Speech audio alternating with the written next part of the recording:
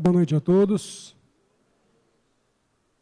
Mais uma vez aqui estamos, prestes a iniciarmos mais um estudo. Tivemos a oportunidade de escolher o nosso programa da noite e escolhemos aqui estar, né? Poderíamos estar em casa, numa festa, mas tomamos a decisão correta de refletirmos também um pouco sobre as lições que o Evangelho nos apresenta. Assim como falou a Michele, sou trabalhador aqui da casa há 9 anos, mais ou menos, quase 10 anos, onde atualmente eu sou coordenador do coral e auxilio também nas reuniões públicas de terça-feira. Portanto, para mim, falar aqui nesta casa é como se eu estivesse na minha casa, pois assim sinto, vendo tantos amigos presentes, é uma satisfação. Mas vamos lá. Hoje nós vamos falar do capítulo 11 do Evangelho segundo o Espiritismo. Então, quem quiser procurar um pouco mais de informação a esse respeito do que nós vamos falar aqui, pode pegar em casa depois o capítulo 11, que tem muito mais conteúdo do que a gente vai passar, são poucos minutos, a gente pega só o básico, mas tem muito mais conteúdo lá. Esse Evangelho chama-se Amar ao Próximo como a si mesmo. Esse capítulo chama... Eu posso subir aqui? É só puxar? Isso. Ok. Chama-se Amar ao Próximo como a si mesmo. E ele começa assim. Dizia, em uma passagem, que os fariseus conversavam com Jesus. E um deles pergunta, Mestre, qual o maior dos mandamentos? E Jesus responde, amar ao próximo, amar a Deus sobre todas as coisas. E o segundo, mestre? Então Jesus completa, amar ao próximo como a ti mesmo. E esses dois mandamentos já contêm todas as leis divinas. Eu considero que o capítulo 11, que nós vamos refletir sobre ele hoje, é o principal capítulo do Evangelho, se assim posso dizer. Porque tudo que nós estudamos, tudo que nós precisamos praticar, vem a partir do amar a Deus e ao próximo como a si mesmo. É como se fosse um joguinho de dominó, que a gente coloca as pedras todas uma atrás da outra, empurra a primeira e elas vão caindo na consequência. A pedra número 1 é amar a Deus e ao próximo como a si mesmo. Provavelmente vocês já viram esse assunto em várias palestras nessa casa e em outras, né? Mas a gente traz mais uma vez esse assunto pela sua relevância, devido ao quanto que nós consideramos ser um assunto que nós ainda precisamos refletir muito, então a gente apresenta esse assunto mais uma vez. E na sequência dessa história que Jesus orienta os fariseus, dizendo que o principal mandamento é amar a Deus e na sequência ao próximo como a si, o Evangelho nos traz uma passagem onde um homem foi chamado pelo rei que lhe devia impostos. Então o rei pede a ele que o pagasse. E ele fala ao rei, mas eu não tenho condições. E o rei diz a ele, mas eu preciso receber. E ele fala, Senhor, nesse momento eu não tenho condições, me dê mais um prazo. E o rei diz a ele que não daria um prazo, que se ele não pagasse, mandaria buscar a sua esposa e as suas filhas. Então o homem se ajoelha e suplica ao rei perdão. Então o rei o perdoa. Diz a ele, eu lhe darei o prazo, eu lhe perdoarei. E manda o homem embora.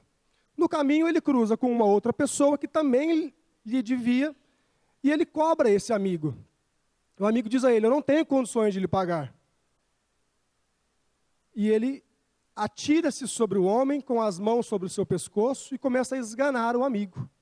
E o amigo consegue se colocar ao chão de joelhos e pede, me dê um prazo, me dê um tempo, eu vou lhe pagar, assim como ele tinha feito. E ele diz, não lhe darei o prazo. As pessoas vendo tudo isso, voltam até o rei, contam até o rei que manda chamá-lo. E o rei diz a ele, servo ingrato, ainda hoje estivestes aqui e eu lhe perdoei. Por que não fizeste o mesmo com o teu próximo? Então, a gente começa a refletir sobre esse assunto a partir dessa frase que a gente conhece tanto: amar a Deus e ao próximo como a si. Mas o problema está aqui, ó. Como a si. Porque, na verdade, a gente se ama. A gente tem amor suficiente por nós mesmos. Ora sim, ora não. Ora eu me amo muito, ora eu me amo pouco. É a chamada autoestima. Hora que a minha autoestima está alta, eu me amo demais. Hora que a minha autoestima está baixa, eu me amo quase nada. Então a gente começa a se sabotar. A gente começa a fingir que a gente se ama o tempo todo e querer passar uma imagem de que está tudo bem. Quando na verdade não é assim. Como eu não consigo ser feliz o tempo todo, como eu não consigo me amar o tempo todo, eu começo a atacar o meu próximo para que talvez ele não seja tão feliz ou que ele não se ame tanto. Então eu começo a falar mal do meu próximo. A gente se pega fazendo isso ou vendo pessoas fazendo isso o tempo todo. É como uma roda gigante. Ora a gente está por cima, ora a gente está por baixo. Mas na verdade nós precisamos apenas entender que assim como uma roda gigante, quando a gente está por cima, dali a pouco a gente estará por baixo. E quando a gente está por baixo, a gente dará a volta por cima e chegaremos de novo ao topo. Tudo passa. Essa orientação que nós temos, ela nos dá a consciência de que nós precisamos encontrar um ponto de equilíbrio, nem muito no alto, nem muito no baixo. Como na roda gigante, existe um centro e tudo gira em torno daquele centro. Na nossa vida, nós precisamos desse equilíbrio, desse ponto central, para que a gente não fique tanto no alto, que nos eleve o orgulho, e nem muito no baixo, que nos deixe depressivos. Então, melhorar a qualidade do nosso amor é o principal ponto, para que a gente ofereça amor ao próximo. Porque como eu vou oferecer um amor puro? Como eu vou oferecer um amor fraterno, se eu não tenho esse amor puro, esse amor fraterno? A gente só consegue oferecer aquilo que a gente tem. Eu só posso oferecer uma camisa se eu tenho uma camisa. Só posso oferecer um sorriso se eu tenho um sorriso. Só posso oferecer amor se eu tenho um amor. Senão, por mais que eu ofereça o amor ao próximo, esse amor que eu estou oferecendo é um amor sem valor. É um amor pobre, é um amor pequeno.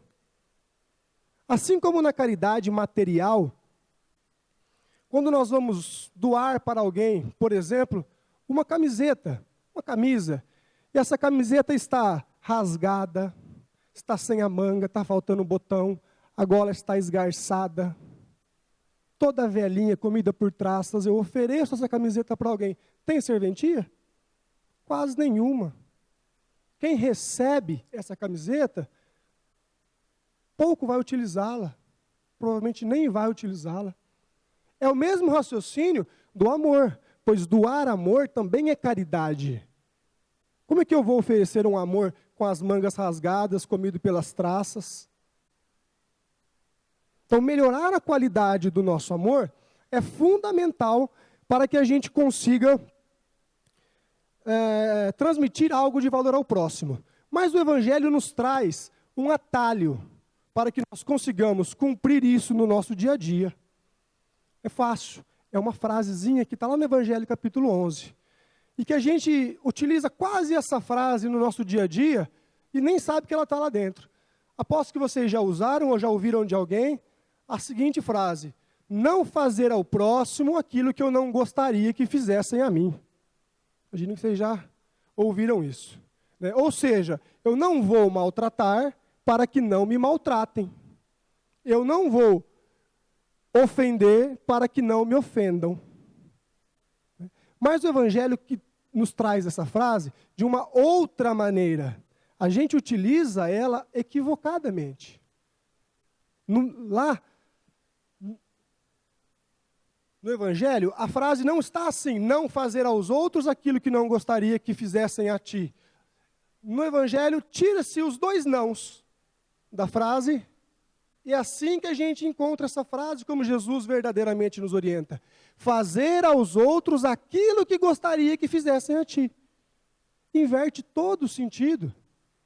Porque se antes eu não ia maltratar para não ser maltratado, se antes eu não ia ofender para não ser ofendido, agora eu vou amar para ser amado. Agora eu vou respeitar para ser respeitado. Inverteu tudo. Essa frase, com os nãos que ela tinha antes, que a gente usa, é uma frase um pouco mais egoísta. Eu ainda estou pensando mais em mim do que no próximo. Quando eu não maltrato para não ser maltratado, eu não estou preocupado com o bem-estar do outro. Estou preocupado primeiro comigo. Aqui já é o sentido inverso. Eu vou fazer aos outros o que eu gostaria que fizessem a mim. Se fizerem bem, se não fizerem, amém. Então, esse é um grande atalho que a gente tem no Evangelho para que nós conseguimos colocar em prática as coisas que a gente precisa para amar ao próximo como a si. Porque, na verdade, quando eu leio essa frase, eu consigo dividir ela em 3 partes. Que a gente pode pensar independente uma da outra.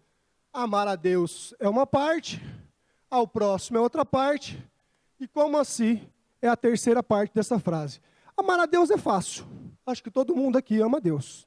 Amar quem me ama, amar quem me quer bem, amar quem me deu a vida, amar quem faz tudo por mim incondicionalmente, fácil. Até ali todo mundo vai.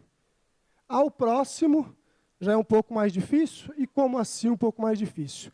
A gente já viu que como assim eu preciso melhorar a qualidade do meu amor para oferecer ao próximo uma qualidade melhor. Mas quem é o próximo? É aqui que está o X. Quem é o próximo? O próximo é o meu pai? São as minhas irmãs? Meu filho? São os meus amigos? São. Preciso amá-los na mesma proporção que eu me amo. Mas não somente os meus queridos. Principalmente aqueles que eu ainda tenho dificuldade de relacionamento. Porque amar o meu pai, a minha esposa, meus filhos, é fácil. É igual amar a Deus, entre aspas. Só me fazem bem, só falam bem de mim, só me querem bem, fazem tudo por mim. Moleza. Amar os meus queridos não exige de nós transformação. Não exige de nós mudança. Para amar quem eu gosto, eu posso ser eu mesmo, está fácil. Difícil é amar quem ainda eu tenho diferenças. Aí eu preciso descer do pedestal. Aí eu preciso olhar para ele diferente. Aí eu preciso ver que às vezes eu não estou tão certo assim. Eu preciso me transformar. Então é importante amar os nossos próximos, os queridos a nós. Mas é importante que nós saibamos estender isso aos que nós ainda temos dificuldade. É aqui que está o grande X da questão. Por isso que a gente não evolui tão rápido. Porque a gente ainda tem dificuldade com essa frase. E amar o próximo, quando esse próximo é uma pessoa não querida a nós, é possível. Mas não é amar o meu inimigo na mesma proporção que eu amo o meu pai. Talvez isso seja difícil para a gente ainda.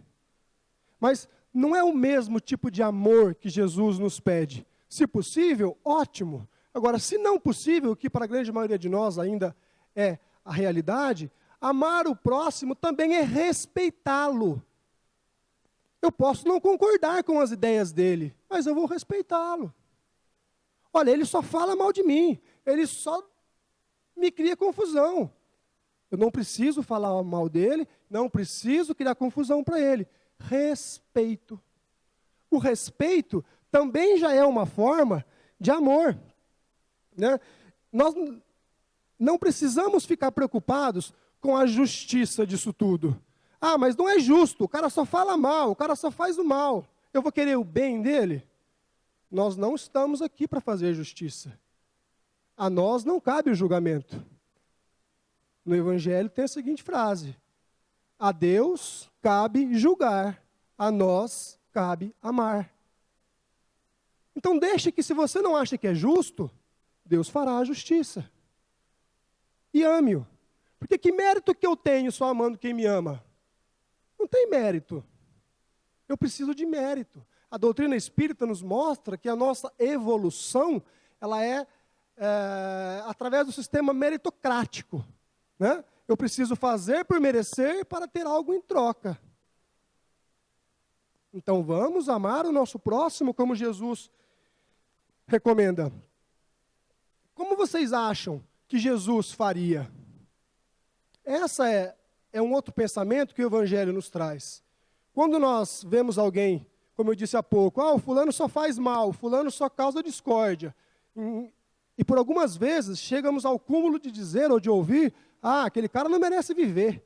Aquele cara faz muito mal para as pessoas. Imagine Jesus vendo alguém que está causando discórdia, que está causando confusão, conflitos. Como Jesus faria? Será que Jesus diria, ele não merece viver? Ele merece a morte? De maneira alguma. Jesus certamente teria piedade, tentaria ajudá-lo. Jesus teve diversos inimigos. Jesus teve diversos caluniadores. Pessoas que tentaram fazer mal a Jesus. Tentaram matar Jesus e mataram Jesus. E ele teve ódio por alguém? Ele procurou a briga com alguém? E o que nós conhecemos através da doutrina espírita, como o maior exemplo a ser seguido, questão de O Livro dos Espíritos, Jesus. Quando Kardec pergunta aos espíritos superiores, qual é o maior modelo que nós temos a seguir? A resposta é curtíssima e clara, Jesus. E como que Jesus fez? Então eu vou olhar como que ele fez e vou tentar fazer também. Pois essa é o grande desafio que nós temos. E se nós ainda não conseguimos o entendimento direto com os nossos inimigos, que nós façamos isso através da prece. Outra recomendação do Evangelho.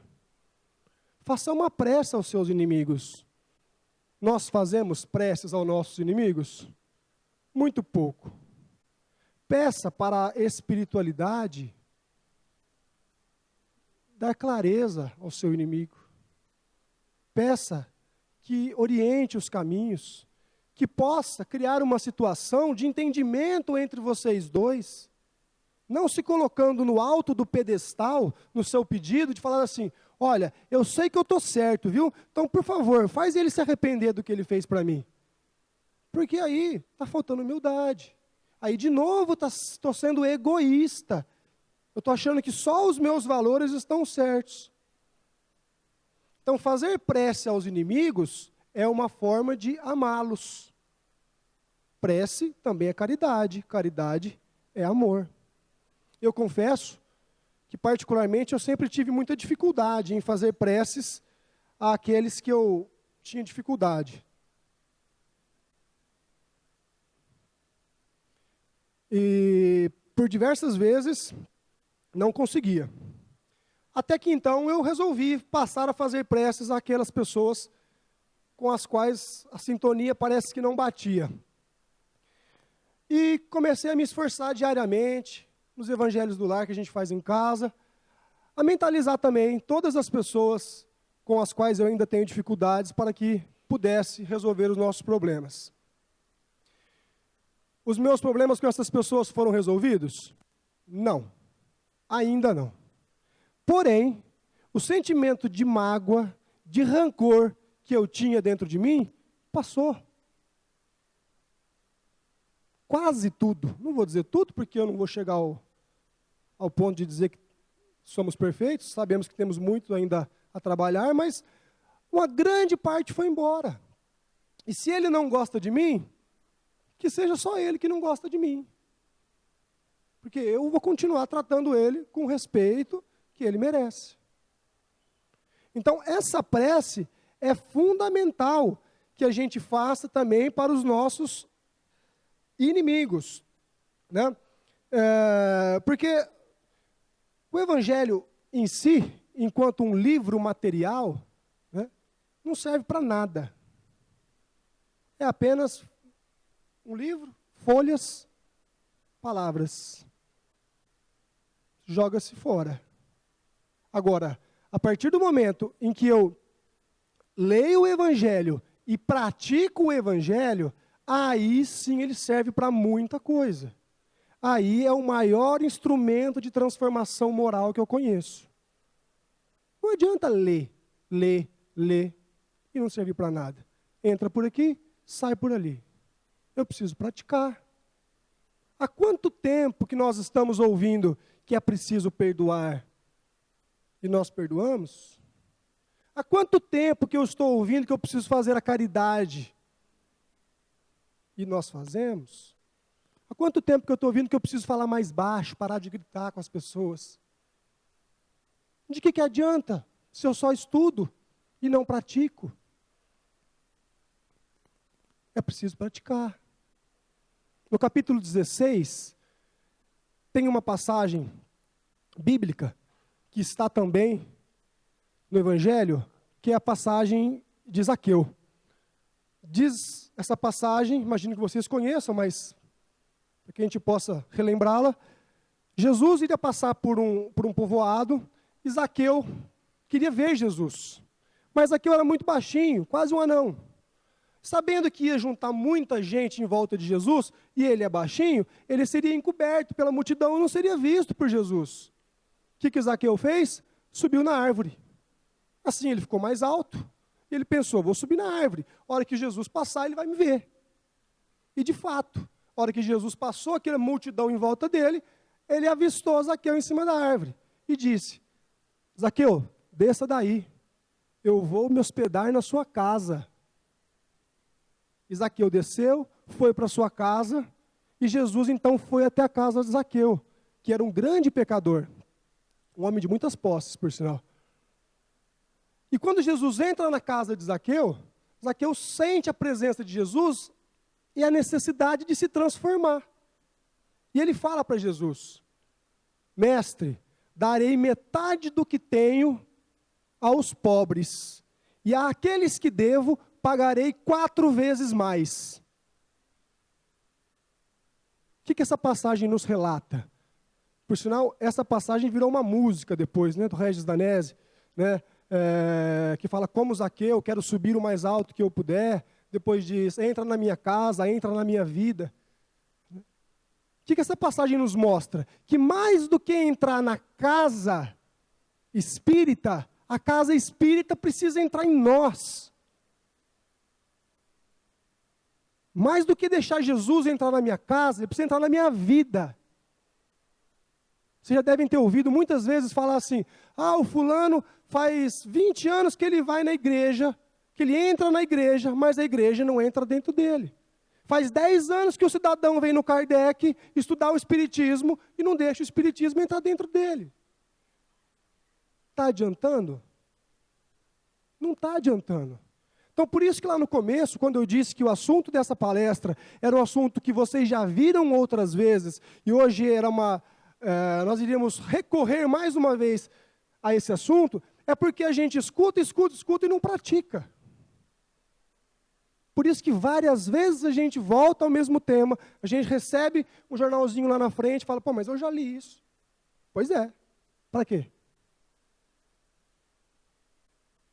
Está na hora de transformarmos. Kardec dizia que reconhece o verdadeiro espírita pela transformação moral. Então, a partir desse tema, que nós possamos praticar também e não só estudar. O amor que nós podemos oferecer ao próximo, ele pode ser oferecido sob diversas maneiras. Há várias formas de amar. Inclusive, existe uma música da Legião Urbana que Renato Russo descreve 2 formas de amar. Uma delas a partir da Epístola de Paulo e outra delas através de um poema de Camões. Então, Renato Russo pega as 2 formas de amar e mistura em uma única letra. E ele diz, ainda que eu falasse a língua dos homens e dos anjos, sem amor eu nada seria. O amor é fogo que arde, é ferida que dói, é um descontentamento. Então, na parte de Paulo, o Renato Russo nos apresenta um amor puro, um amor sublime, que ainda que eu falasse a língua dos homens e dos anjos, sem amor eu nada seria. Ele reconhece que por mais que ele se esforce, o elemento principal é o amor. Já o amor de Camões, é um amor mais rústico, é amor que dói, é ferida que dói, é fogo que arde. Mas ainda assim é amor. Nós temos amor para oferecer, nas suas mais variadas formas, mas nós temos. Desde um amor entre amigos, que talvez um amor leal, sincero, porém mais superficial. Depois temos o amor pela nossa família, pela nossa esposa.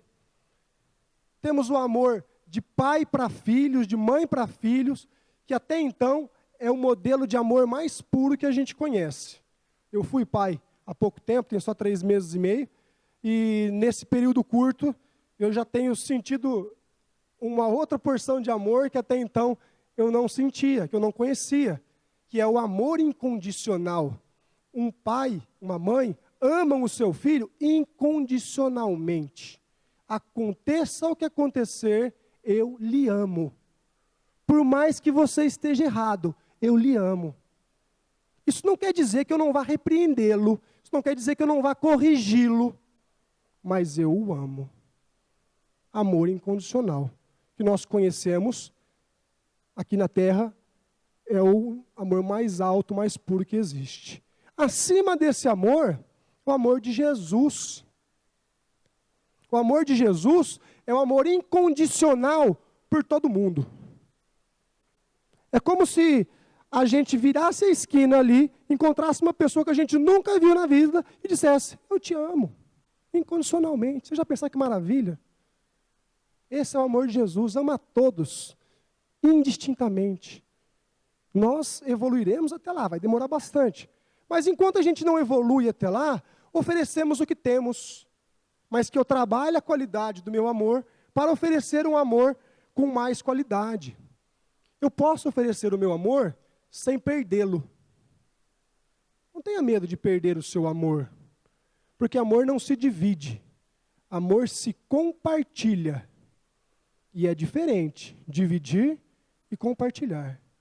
Quando eu divido, eu fico com menos. Se eu tenho 4 laranjas e eu divido com ele, eu fico com 2, ele com 2. Compartilhar não é assim. Compartilhar é como no Facebook. Quando eu compartilho, eu não fico com menos. Se eu tenho uma foto e eu posto uma foto e alguém compartilha da minha foto, eu não deixo de ter a minha foto. Está lá, é minha ainda. E se alguém compartilhar a foto que o fulano compartilhou de mim, minha foto vai mais longe ainda. E ela ainda é minha. Mesma coisa é o nosso amor. Se eu compartilho com o próximo, eu apenas estendi o meu amor. E se ele compartilha com o próximo, estendeu mais longe ainda. É uma corrente, é uma cadeia, é um treinamento que a gente pode fazer para que nós consigamos amar ao próximo. Mas nós não conseguiremos amar o próximo se nós não trabalharmos dentro de nós o egoísmo. Uma das chagas da humanidade, segundo Kardec, é o egoísmo. Um dos sentimentos que mais bloqueia o nosso crescimento. Naquela passagem que eu contei lá em cima, onde o homem é levado até o rei e pede perdão, mas depois não dá o perdão, houve egoísmo, só pensou nele, o próximo que se dane. Naquela frase que estava aqui até há pouco, e agora nós modificamos elas com o não e com o não, há egoísmo nessa frase. Então, refletirmos sobre o desprendimento do egoísmo é fundamental para que a qualidade do meu amor se eleve. Pensar no próximo, assim como em mim mesmo. Nós não conseguiremos viver felizes, evoluídos, sozinhos na terra. Nós precisamos do próximo. Mesmo que o próximo seja mal. Deus permite a presença dos maus para que nós extraiamos lições, para que nós possamos aprender com eles. Está no Evangelho. Mas sozinho a gente não consegue. Essa noção de coletividade, ela está presente em dois pensamentos de duas pessoas que ganharam o Prêmio Nobel da Paz. Um africano chamado Desmond Tutu, ele já dizia isso, que nós precisamos do próximo para ser feliz. Porque olhando só para o nosso umbigo, é impossível. Ele dizia lá, que a essência do ser humano, você não pode viver isoladamente, você não pode ser humano sozinho. Eu preciso do outro. Sozinho ninguém faz nada. Sozinho não se joga bola. Sozinho não se conversa. Sozinho não se reproduz. Não existe centro espírita de uma pessoa só.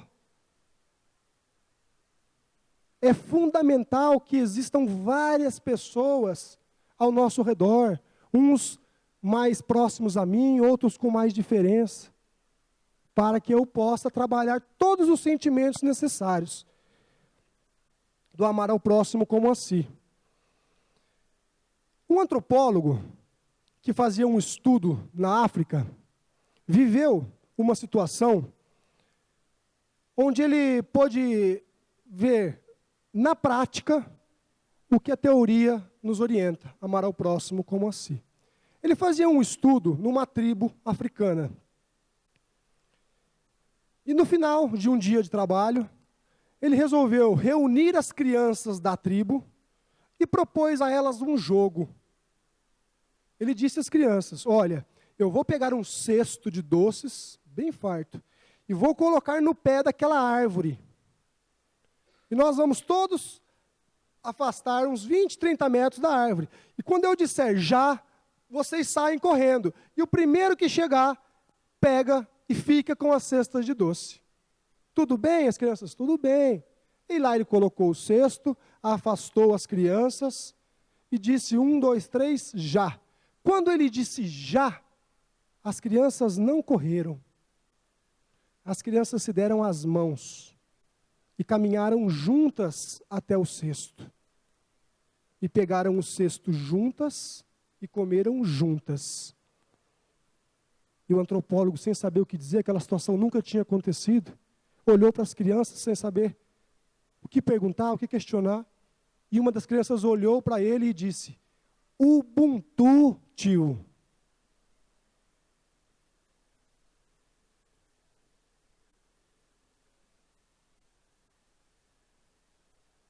Ubuntu. Se vocês quiserem procurar depois, na internet tem bastante coisa.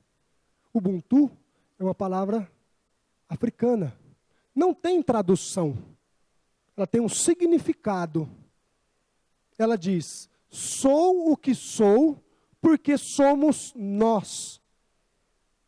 E então o antropólogo sorriu e o menino completou. Tio, como eu posso estar feliz se os meus amigos não vão estar também?